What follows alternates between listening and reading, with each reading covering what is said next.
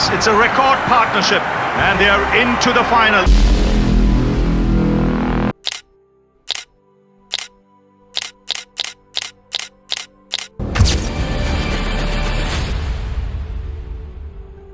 कर लो दुख, कर लो थोड़ा शर्म, क्योंकि भारत एक बार फिर वर्ल्ड कप से बाहर हो चुका है। मैं मुंबई से आई हूँ, स्पेसिफिकली हम सिर्फ मैचेस फॉलो कर रहे हैं इंडिया के, और अब यहाँ पर आके देखते हैं कि अच्छे प्लेयर्स तो है ही नहीं, कोई खेल ही नहीं रहा। केएल राहुल कुछ भी कर रहे हैं पंत का। मुझे ये चाहिए कि अगर हम बैटिंग करें तो इतने रन बनाएं कि इंडिया ना बना पाए, और अगर दूसरे बैटिंग करें तो इतने बनाए कि इंडिया ने बनाया आराम से चेस कर। यार कितने साल हम ऐसा करते रहेंगे। 2014 का फाइनल हो जाता, 2016 का सेमीफाइनल हो जाता, चैंपियंस ट्रॉफी हो जाती है, फिर 19 में हमने देखा वो हो गया। फिर यार कब तक ऐसा क्रिकेट खेलोगे यार। इस हार के बाद भारतीय फैंस की उम्मीदें कफन में लिपटकर शमशान घाट पर दहन के लिए तैयार हो चुकी थी। इस जीत के जश्न में बटलर का जोश अपनी चरम सीमाएं लांघ चुका था, क्योंकि ये हार नहीं रोहित के दामन पर दाग थी और भारत का मीडिया पाक मीडिया की तरह नापाक हरकत को अंजाम दे रहा था। आपकी टीम पिछले वर्ल्ड कप में खराब थी, एशिया कप में खराब थी, और इस वर्ल्ड कप में भी आपकी टीम खराब थी। ये जहां मन चाहे वहां छक्का मार रहे हैं, मतलब ऐसे नहीं लग रही बॉल बीट हो या बल्लेबाज। हमको लगे नहीं यार इंडिया कमबैक करेगी, हमको लगा ही नहीं कि इंडिया कमबैक करेगी। पहली बॉल से चौका मारना स्टार्ट किया बटलर ने। अब रोहित फैंस भी हार मान चुके थे। जो कल तक हिटमैन पर गुरूर कर रहे थे, आज वही हिटमैन को ट्रोल कर रहे थे। आखिरकार कब तक ये लोग 15 साल पहले कप जीतने का जश्न मनाते। For some reason they were just too good यार, मतलब एक विकेट भी नहीं ले पाया। और बॉलिंग मेरे को आज बड़ी एवरेज लगी। मैं सच बता रहा हूँ, सीनियर प्लेयर्स सारे सीनियर प्लेयर्स हैं, ऐसे आप ड्रॉप भी नहीं कर सकते। बट हाँ, कब तक, बट टाइम हो गया सर। बीतते वक्त के साथ इस दर्द का भी जनाजा उठ जाता है और अब साल आता है T20 वर्ल्ड कप 2024। यहाँ भारतीय टीम ने पहले पाक को पराजित करके उन्हें हद में रहने की नसीहत दे डाली। उसके बाद कंगारुओं को टूर्नामेंट से बाहर कर 2023 फाइनल की हार का बदला पूरा कर लिया। अब इंडिया टीम का कारवां सेमीफाइनल तक आ पहुंचा था। रोहित के सामने इंग्लैंड टीम होती है। 2 साल पहले बटलर के द्वारा दिया गया जख्म अभी पूरी तरह से भरा भी नहीं था कि एक बार फिर से अंग्रेज इतिहास दोहराने को तैयार होते हैं। परंतु भारत भी इस घड़ी का इंतजार बहुत ही बेसब्री से कर रहा था। सेमीफाइनल में मिली हार के 2 साल बाद फिर से भारत के पास मौका था उसका बदला लेने का।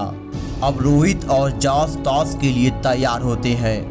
बटलर ने टॉस जीतकर पहले रोहित को बल्लेबाजी के लिए आमंत्रित किया। भारत की तरफ से रोहित और विराट की जोड़ी मैदान पर आती है। रोहित ने पारी के पहले ओवर में ट्रॉफली पर प्रहार करना प्रारंभ कर दिया और फिर तीसरे ओवर में विराट का यह शॉट करोड़ों फैंस के दिलों में अपने फॉर्म को वापस पाने का उम्मीद जगा दिया। परंतु ट्रॉफली की अगली गेंद ने उन उम्मीदों को उसी 22 गज की पिच पर दफन कर दिया। विश्व कप का सेमीफाइनल और विराट का यू टीम को छोड़ जाना हर किसी की आंखें नम कर रहा था। विराट के जाने के बाद ऋषभ पंत ने रोहित का साथ निभाया, परंतु वो भी पावर प्ले के आखिरी ओवर में अपना विकेट अंग्रेजों को समर्पित कर दिया। अब 6 ओवर की समाप्ति पर स्कोर 46 रनों पर 2 विकेट होता है। विराट और पंत अंग्रेजों के आगे हार मान चुके थे, पर रोहित को पुराना हिसाब बराबर करना बाकी था और रोहित ने आंदोलन कर दिया। सूर्या भी उस आंदोलन का हिस्सा बनकर अंग्रेजों का बहिष्कार कर दिया। इन दोनों ने अंग्रेजों को इस कदर कूटा मानो जैसे पगलाए कुत्ते को पूरा गांव पीटता है। इनकी ये बेरहम मार भगवान से भी देखी नहीं गई और बीच मैदान में बारिश शुरू हो गई। इस बीच पाक के कुछ नासमझ लोग भारत को ट्रोल करने की तैयारी में लग गए कि यदि भारत बिना सेमीफाइनल खेले ही फाइनल खेलेगा तो यह इंग्लैंड के साथ अच्छा नहीं होगा।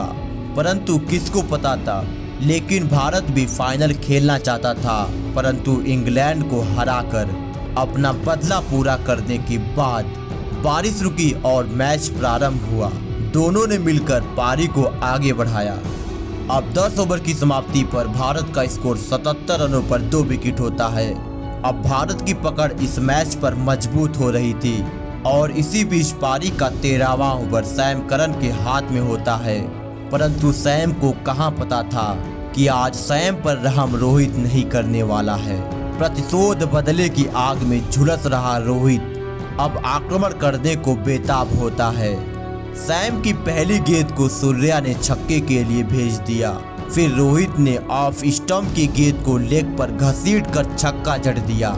इन दोनों ने मिलकर इस ओवर से 19 रन निकाल लिया और रोहित का 50वां भी पूरा हो गया। यहां से स्कोर को तेजी से बढ़ाने के प्रयास में रोहित राशिद की गेंद पर आउट हो गए। भारत अपना कप्तान दुनिया का सबसे विस्फोटक बल्लेबाज खो चुका था। रोहित ने 39 गेंदों पर 57 रन बनाया। अब सूर्या को यहां से अधूरा सफर पूरा करना था, परंतु सूर्या भी पवेलियन जाना ही बेहतर समझे। सूर्या के जाने के बाद हार्दिक ने कुछ शानदार शॉट लगाए, लेकिन वो भी आउट हो गए। उसके बाद जडेजा और अक्षर के कुछ शानदार शॉट के दम पर भारत 7 विकेट खोकर 171 रन बना लेता है।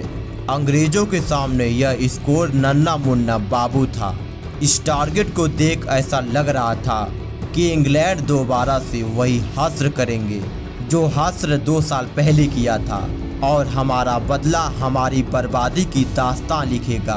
परंतु संपूर्ण विश्व भारत की नई सनसनी बुमराह से अनजान होता है और रोहित के पास दुनिया के हर खतरनाक खिलाड़ी का तोड़ मौजूद होता है। अब इंग्लैंडियों को इतिहास दोहराने के लिए 120 गेंदों पर 172 रन बनाना था। इंग्लैंड की तरफ से जॉस बटलर और सॉल्ट मैदान पर आते हैं। बटलर एक बार फिर से टीम को तेज शुरुआत दिलाने का प्रयास करते हैं, लेकिन सॉल्ट का शॉट फीका ही था। तीसरे ओवर में बटलर अपना विस्फोटक अंदाज धारण कर लेते हैं। टीम का स्कोर 3 ओवर में 26 रन होता है। बटलर अकेले 23 रन बनाए थे।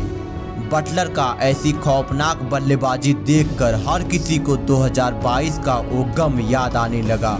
तभी रोहित ने अपने प्लान बी पटेल को बटलर के सामने उतार दिया और पटेल ने बटलर को बीच पिच पटखनी दे इंग्लैंड को सबसे बड़ा झटका दे दिया।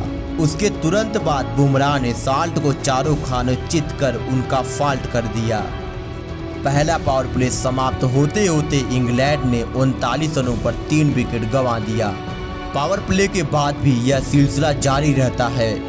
इंग्लैंडी एक एक कर घुटने टेक रहे थे और जब गेंद कुलदीप के हाथ में आई तो कुलदीप के आगे अंग्रेजों ने दम तोड़ दिया। कुलदीप ने अकेले अंग्रेजों को खदेड़ दिया और इस प्रकार भारत ने इंग्लैंड को महज 130 रनों पर ही ऑल आउट कर दिया। एक वक्त था जब इसी स्टेज पर भारतीय गेंदबाज एक विकेट भी नहीं ले पाए थे और आज इंग्लैंडी एक विकेट भी बचा नहीं पाए। रोहित ने 2 साल पहले मिली उस हार का बदला ले लिया। सेमीफाइनल में मिली हार का बदला सेमीफाइनल को जीत कर लिया गया।